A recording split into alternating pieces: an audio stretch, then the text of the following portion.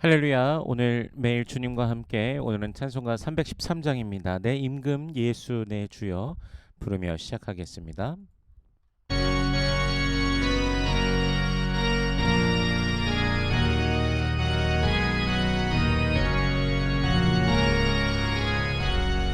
내 임금 예수 내 주여 이 죄인 주님 앞에 한없는 은혜 받고서 내 생명을 이루리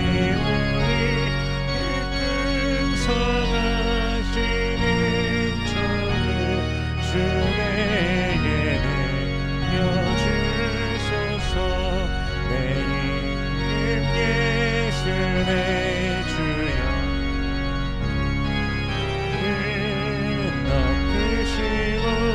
주 십자가에 흘리신 그 피를 믿는 마음으로 내 주가 죄사여 잡혀간 한만 주소서.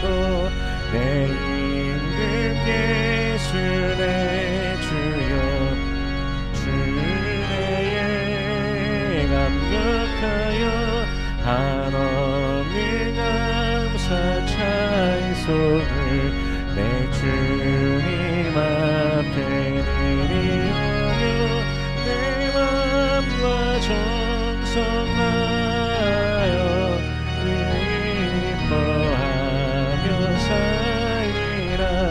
내 임금 예수 내 주여 이 마음과 이 천하무 그 몸의 피로 감추고 주 친히 사신 것이 오니 나 이제 사나 죽으라 주 뜻만 따라 살리라.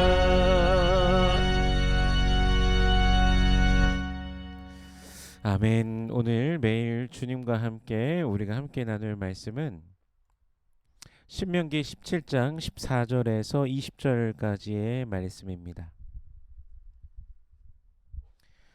봉독하겠습니다. 내가 내 하나님 여호와께서 내게 주시는 땅에 이르러 그 땅을 차지하고 거주할 때 만일 우리도 우리 주위의 모든 민족들 같이 우리 위에 왕을 세우겠다는 생각이 나거든 반드시 내 하나님 여호와께서 택하신 자를 내 위에 왕으로 세울 것이며 내 위에 왕을 세우려면 내 형제 중에서 한 사람을 할 것이요 내 형제 아닌 타국인을 내 위에 세우지 말 것이며 그는 병마를 많이 두지 말 것이요 병마를 많이 얻으려고 그 백성을 애굽으로 돌아가게 하지 말 것이니 이는 여호와께서 너희에게 이르시기를 너희가 이후에는 그 길로 다시 돌아가지 말 것이라 하였음이며 그에게 아내를 많이 두어 그의 마음이 미혹되게 하지 말 것이며 자기를 위하여 은금을 많이 쌓지 말 것이니라. 그가 왕위에 오르거든 이 율법서의 등사본을 레위 사람 제사장 앞에서 책에 기록하여 평생에 자기 옆에 두어 읽어 그의 하나님 여호와 경외하기를 배우며 이 율법의 모든 말과 이 규례를 지켜 행할 것이라. 그리하면 그의 마음이 그의 형제 위에 교만하지 아니하고 이 명령에서 떠나 좌로나 우로나 치우치지 아니하리니 이스라엘 중에서 그와 그의 자손이 왕위에 있는 날이 장구하리라. 아멘. 잠시 기도하겠습니다. 은혜로우신 주님 감사합니다. 우리 주 예수 그리스도 놀라우신 은혜와 사랑 십자가 사랑 보혈의 능력으로 우리를 죄와 사망의 권세에서 건져내 주시고 영원한 생명을 주시니 감사합니다. 성령 안에서 우리를 돌보시고 인도하시니 감사합니다. 그 크신 사랑과 은혜를 받았음에도 때로는 죄의 미혹 속에 빠져 허덕이는 우리들의 모습을 발견하기도 합니다. 주님 용서하여 주시옵소서. 주님 우리를 새롭게 하여 주시옵소서. 오직 주만 바라보며 주만 기대하며 소망하며 매일 주님의 말씀에 순종하며 믿음으로 걸어가는 주의 백성들 되게 하여 주시옵소서. 이 시간 말씀을 대합니다. 성령께서 친히 말씀 조명하여 주시사 깨닫게 하시고 아멘으로 화답게 하시며 순종케 하시며 하늘로부터 내려오는 신령한 복을 누리는 모든 주의 백성들 되게 하여 주시옵소서. 감사드리며 예수님 이름으로 기도드립니다. 아멘.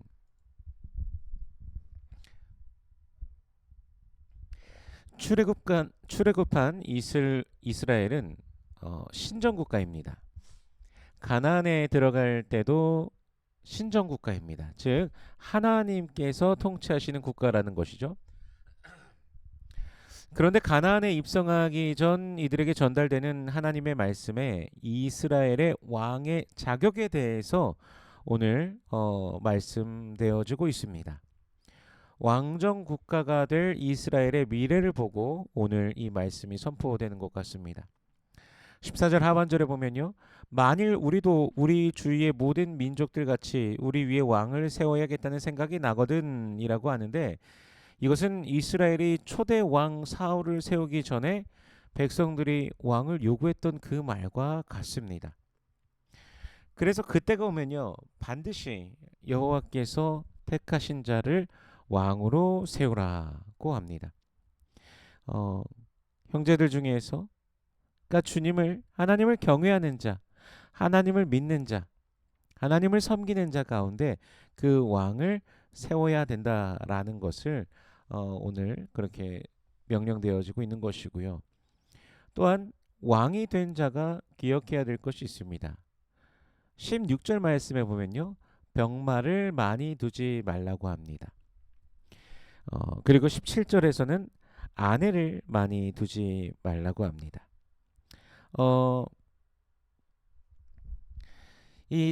그리고 또 한 가지는요. 율법의 사본을 평생에 자기 옆에 두고 읽으면서 하나님 경외하기를 배우고 율법과 규례를 지켜 행하라 라고 말씀하고 있습니다. 그렇게 될 때요. 20절에 보면요. 그리하면 그의 마음이 그의 형제 위에 교만하지 아니하고 이 명령에서 떠나 좌로나 우로나 치우치지 아니하리니 이스라엘 중에서 그와 그의 자손이 왕위에 있는 날이 장구하리라. 아멘. 즉 주님의 말씀을 가까이 하고 그 말씀을 따를 때 그 왕위가 오래 지속될 것이라고 합니다. 하나님의 말씀을 늘 가까이 두고서 주님의 말씀대로 살아가며 주님의 말씀에 복종하며 따르며 살아갈 때 그 왕위가 지속된다는 것. 일반적인 축복의 말씀과 유사함을 볼 수 있습니다. 계속해서 이스라엘 백성들에게 선포되는 말씀이 그 하나님의 말씀을 지키라, 하나님의 말씀을 두고 그 가운데 행하라. 그리고 계속해서 그것을 또 너뿐만이 아니라 자녀들에게도 가르치고 자자손손 그 말씀 안에서 살아가도록 하라는 게 신명기에서 계속해서 말씀하시는 것이지 않습니까? 우리는 이스라엘의 왕정 시대에 대해서 사실 이미 알고 있습니다. 그럼 이 말씀이 잘 지켜졌습니까? 잘 지켜졌다라고 말하기가 사실 어렵습니다. 그렇지 않은 것이죠. 대표적으로 솔로몬을 볼 수 있죠.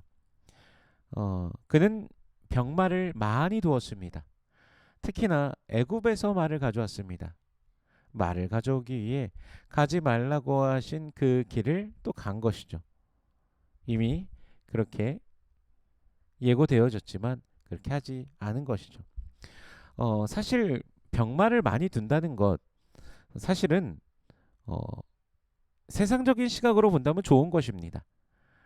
자신의 힘을 위한 것이고 왕권을 보호하고 또 나라의 그 군사력을 막강하게 하기 위한 방편 중에 하나가 병마를 많이 두는 것이죠. 어느 나라가 군대에 탱크를 많이 보유한다고 해서 혹은 뭐 전차를 많이 보유한다고 해서 그게 잘못됐다라고 할 수 있습니까? 그럴 수 없는 것이죠. 전쟁을 준비하고 또 나라를 방어해야 되는, 나라를 지켜야 되는 군대가 당연히 그렇게 준비하는 것은 마땅한 것이겠죠. 그런데 군사력으로서는 왕권적인 측면에서는 좋아 보이지만 문제는 그것이 하나님을 의지하지 않는다라는 것을 단적으로 보여주는 예시라는 것이죠. 오히려 애굽에서 출애굽해서 나올 때 이스라엘에 어떤 군사력이 있었습니까? 아무런 군사력이 없었습니다. 그럼에도 불구하고 하나님께서 이스라엘에게 승리를 주셨습니다.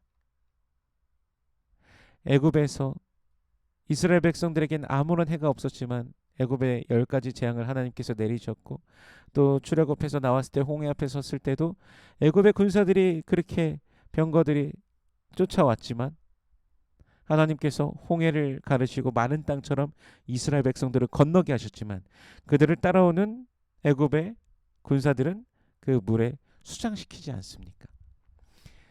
그러므로 이스라엘은 하나님의 힘에 의해서, 하나님의 능력에 의해서 구원받고 하나님께서 부여하신, 선물로 주신 그 땅을 향하여 가는 것이죠. 그래서 앞으로도 이스라엘은 군사력을 자신들의 힘을 의지하는 것이 아니라 하나님만 의지해야 된다라는 것이죠.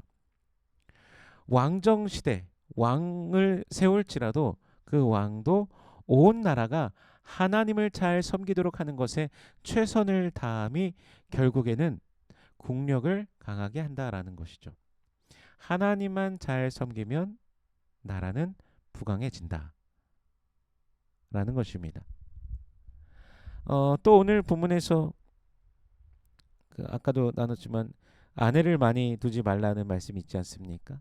마음이 미혹될 그런 우려 때문에, 또 자기를 위하여 은금을 많이 쌓지도 말라고 또 말씀하고 계시죠.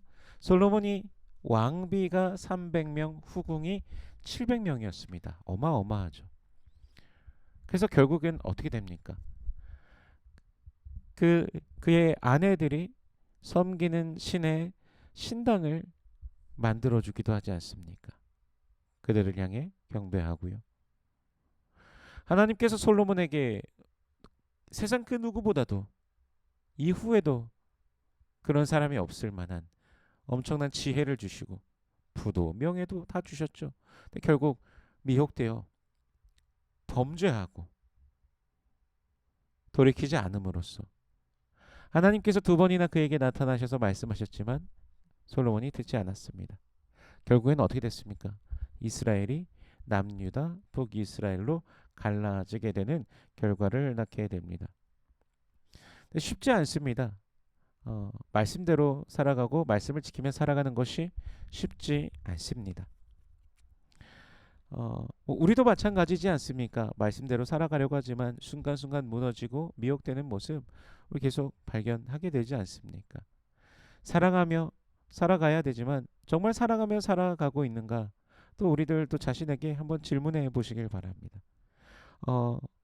원수까지도 정말 사랑하며 살아가고 있는가?